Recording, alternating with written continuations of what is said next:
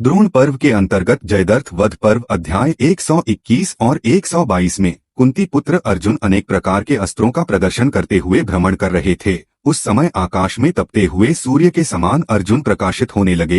तब अर्जुन की ओर संपूर्ण प्राणी देख भी नहीं सके। अर्जुन ने जयद्रथ वध की इच्छा से अपने बाणों से संपूर्ण महारथियों को मोहित कर उनको लांघ गए। कुंती पुत्र अर्जुन किस समय तुनीर से बाण निकालते, धनुष पर चढ़ाते और किस समय चलाते थे, वो हम सब देख नहीं सकते थे। इस प्रकार अर्जुन ने अपने बाणों की वर्षा से सभी रथियों को पीड़ित करके जयद्रथ पर आक्रमण कर उसे 64 बाणों से घायल किया। अनंतर राजा जयद्रथ ने 6 बाणों से अर्जुन को, 8 बाणों से उनके रथ के घोड़े और 1 बाण से उनकी ध्वजा को विदग्ध किया। उस समय अर्जुन ने जयद्रथ के चलाए हुए बाणों को अपने बाणों से काटकर एक ही समय 2 बाणों से उनके सारथी का सिर और ध्वजा को काटकर गिरा दिया। उस ही समय श्री कृष्ण सूर्य को अस्ताचल की ओर जाते देख व्याकुल होकर अर्जुन से बोले, हे अर्जुन, तुम इस ही समय इस पापी दुरात्मा सिंधुराज जयद्रथ का सिर काट डालो, परंतु जयद्रथ वध के विषय में तुम मेरी ये बात ध्यान से सुनो। जयद्रथ के पिता वृद्धक्षत्र इस पृथ्वी के बीच विख्यात हैं। उन्होंने जयद्रथ को बहुत काल बीतने पर पुत्र रूप में पाया था। उस समय बादल गर्जना के साथ आकाशवाणी हुई और उसने जयद्रथ के विषय में इस प्रकार कहा, हे राजा वृद्धक्षत्र, शूरवीर पुरुष इसका सदा आदर करेंगे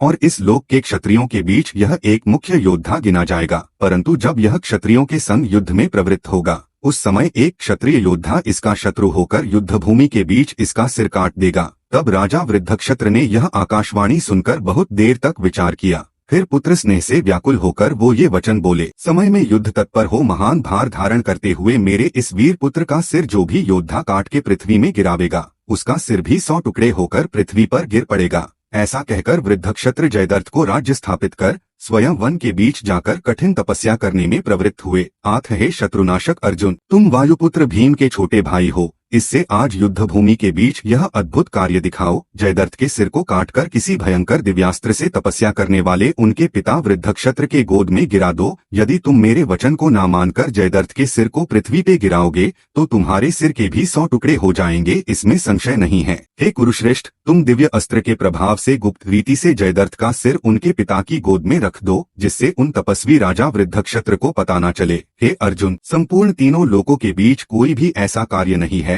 जो तुम्हारे लिए असाध्य हो अथवा जिसे तुम ना कर सको। अर्जुन ने श्री कृष्ण के इस उपदेश को सुनकर इंद्र के कठोर वज्र के समान दिव्य मंत्रों से अभिमंत्रित, सब भारों को सहन करने में समर्थ, सर्वथा चंदन और फूलमाला से पूजित उस बाण को सिंधुराज जयद्रथ के वध के लिए छोड़ दिया। गांडीव धनुष से छूटे हुए उस बाण ने सिंधुराज जयद्रथ के सिर को उनके धड़ पर से काट दिया। फिर धनंजय ने अपने बाणों के प्रहार से उस सिर को कदम के फूल जैसा बनाया और अर्जुन का चलाया हुआ वह दिव्यास्त्र कटे हुए जयद्रथ के सिर को लेकर समंत पंचक के बाहर उपस्थित हुआ। उस समय वहां संध्या उपासना में बैठे वृद्धक्षत्र के गोद उस बाण ने काले केशों के समान जयद्रथ का कटा हुआ वो सिर डाल दिया। जब तपस्या समाप्त करके वृद्धक्षत्र सहसा उठ के खड़े होने लगे, तब उनको गोद से वह सिर पृथ्वी में गिरा। पुत्र का शरीर पृथ्वी पर गिरते ही राजा वृद्धक्षत्र के सिर के भी 100 टुकड़े होकर पृथ्वी पे गिर गए। अनंतर संपूर्ण सेनाएं अत्यंत विस्मित हो गईं और श्री कृष्ण और अर्जुन की अत्यंत प्रशंसा करने लगे।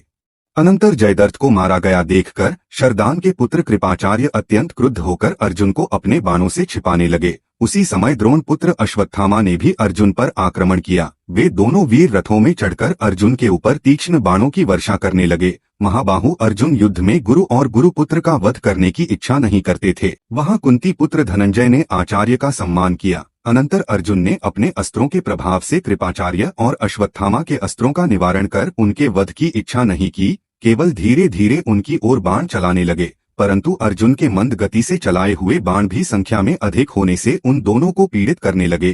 कृपाचार्य अर्जुन के बाणों से पीड़ित होकर रथ में बैठ गए और चेष्टा रहित होकर मूर्छित हो गए। उनका सारथी कृपाचार्य को मूर्छित देख समझा कि ये प्राणरहित हो गए और वह कृपाचार्य को रणभूमि से दूर हटा ले गया। कृपाचार्य को मूर्छित देख अश्वत्थामा भी अर्जुन को त्याग कर दूसरे योद्धाओं से युद्ध करने चला गया। महाधनुर्धारी अर्जुन कृपाचार्य को अपने बाणों से पीड़ित और मूर्छित देख दया भाव युक्त होकर विलाप करने लगे। उसी समय कर्ण ने अर्जुन के ऊपर आक्रमण किया। तब कुंती पुत्र अर्जुन कर्ण को अपने समीप आते हुए देख श्री कृष्ण से बोले, जनार्दन, कर्ण जिस स्थान पर जा रहा है मुझे भी उसी स्थान पर ले चलिए, जिससे कर्ण भूरिशर्वा के पथ पर सात्यकी को ना भेज सके। तब श्री कृष्ण अर्जुन से ये वचन बोले, हे अर्जुन, ये सात्यकी अकेले ही कर्ण के संग युद्ध करने में समर्थ है, इस दुष्टात्मा के वध का समय मैं अच्छी प्रकार जानता हूँ। तब सात्यकी श्री कृष्ण के द्वारा भेजे हुए रथ में चढ़कर युद्ध करने के लिए कर्ण की ओर दौड़े। वे दोनों महापराक्रमी वीर अपने मित्रों के हित के लिए आपस में बाणों की वर्षा करने लगे। कर्ण ने सात्यकी को बाणों की वर्षा से बींध डाला। तब सात्यकी ने लोहमय बाणों द्वारा कर्ण के शरीर को क्षत विक्षत करके एक बाण से उनके सारथी का वध करके नीचे गिरा दिया और चोखे बाणों से उनके चारों घोड़ों का वध कर दिया। अनंतर सात्यकी ने कर्ण की ध्वजा के 100 टुकड़े करके उन्हें रथ रहित कर दिया। कर्ण पुत्र वृषसेन, शल्य और अश्वत्थामा इन सब ने मिलकर सात्यकी को चारों ओर से घेर लिया। सात्यकी के बाणों से पीड़ित होकर कर्ण दुर्योधन के रथ पे जा चढ़ा। जितेंद्रिय सात्यकी ने रथ रहित हुए कर्ण और दुशासन आदि धृतराष्ट्र पुत्रों को जीवन दान दे दिया, क्योंकि जब द्युत हुआ था तब भीम ने धृतराष्ट्र पुत्रों और अर्जुन ने कर्ण वध की प्रतिज्ञा की थी। उनकी प्रतिज्ञा की रक्षा करने के लिए सात्यकी ने उनका वध न करके उन्हें जीवित छोड़ दिया।